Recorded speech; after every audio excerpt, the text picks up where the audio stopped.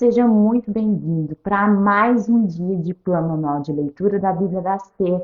E hoje nós vamos concluir o livro de 2 aos Coríntios do apóstolo Paulo.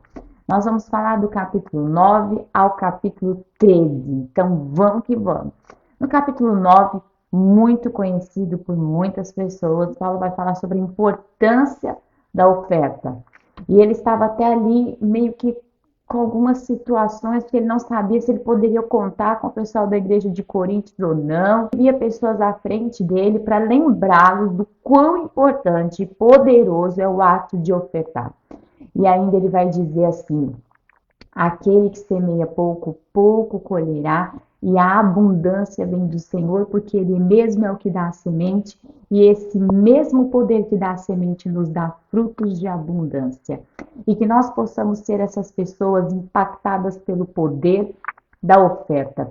Ofertar para que o reino de Deus se estabeleça é algo tão poderoso que chega a ser além do nosso entendimento. Quando nós implantamos o reino de Deus aqui na terra, nós recebemos uma autoridade para sermos abençoados e podemos viver o propósito, o plano e o bem de Deus para as nossas vidas. No capítulo 10 e no capítulo 11 vai falar sobre cuidado com as falsas doutrinas.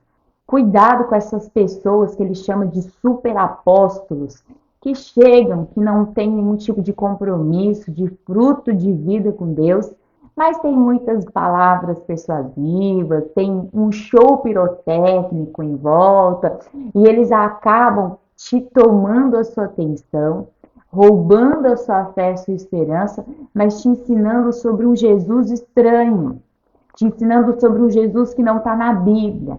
Cuidado com os falsos profetas. Cuidado com a mentalidade falsa que o inferno quer colocar na tua vida sobre o que é o cristianismo. Um cristianismo estranho, líquido, um cristianismo insosso, onde as pessoas não precisam fazer nada para o reino de Deus, só receber, só receber, só receber. Cuidado com esse cristianismo, cuidado com esses falsos profetas, porque nós precisamos ter uma vida onde o cristianismo atua em nós e através de nós. Paulo vai terminar o capítulo 11 falando o seguinte: eu já passei por tanta coisa, e realmente, gente, foi muita coisa. A partir do versículo 23, Paulo vai citar quantas vezes ele foi açoitado, naufragou, foi perseguido por pessoas do meio dele, de fora do meio dele, enfrentou feras. E ele diz o seguinte: gente, eu não preciso ficar me colocando como uma pessoa de autoridade, vocês já deveriam saber. E a sensação que a gente tem quando a gente lê as cartas 10, 11, 12, 13 do apóstolo Paulo é que ele está um pouco desgastado com essa igreja de Coríntios, porque essa igreja deu tanta vazão às mensagens desses superapóstolos que eles se esqueceram. Eles se esqueceram do valor. Colocam Paulo como se ele fosse uma pessoa pequena, uma pessoa fraca, uma pessoa qualquer. E a gente olhando hoje, falando: caramba, fizeram isso com o apóstolo Paulo, meu Deus. Colocaram o apóstolo Paulo como se ele fosse qualquer um. E hoje a gente sabe quem é o apóstolo Paulo. Nos dá uma lição muito grande, que nós não devemos andar pela vista dos outros, pelos sentimentos dos outros e até mesmo pela qualificação dos outros, porque os outros, eles são muito movidos pela mentalidade do inferno.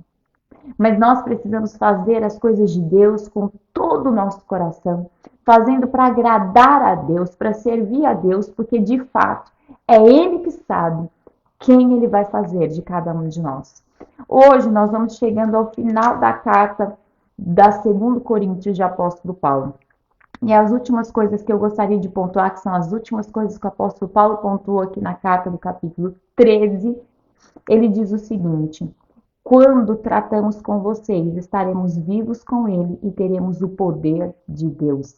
Ou seja, ele ia se encontrar com esses irmãos, com essas pessoas, e ele disse: quando eu estiver com vocês, eu não vou em fraqueza, mas eu vou no poder de Deus. Que nós possamos ser assim, que nós venhamos a orar para que as pessoas sejam restauradas e não viver debaixo de uma mentalidade aprisionada. E Paulo dá um conselho que eu vou deixar para você. Alegrem-se, cresçam até alcançar a maturidade. Encorajem-se mutuamente. Vivam em harmonia e paz. Então, o Deus de amor e paz estará com vocês.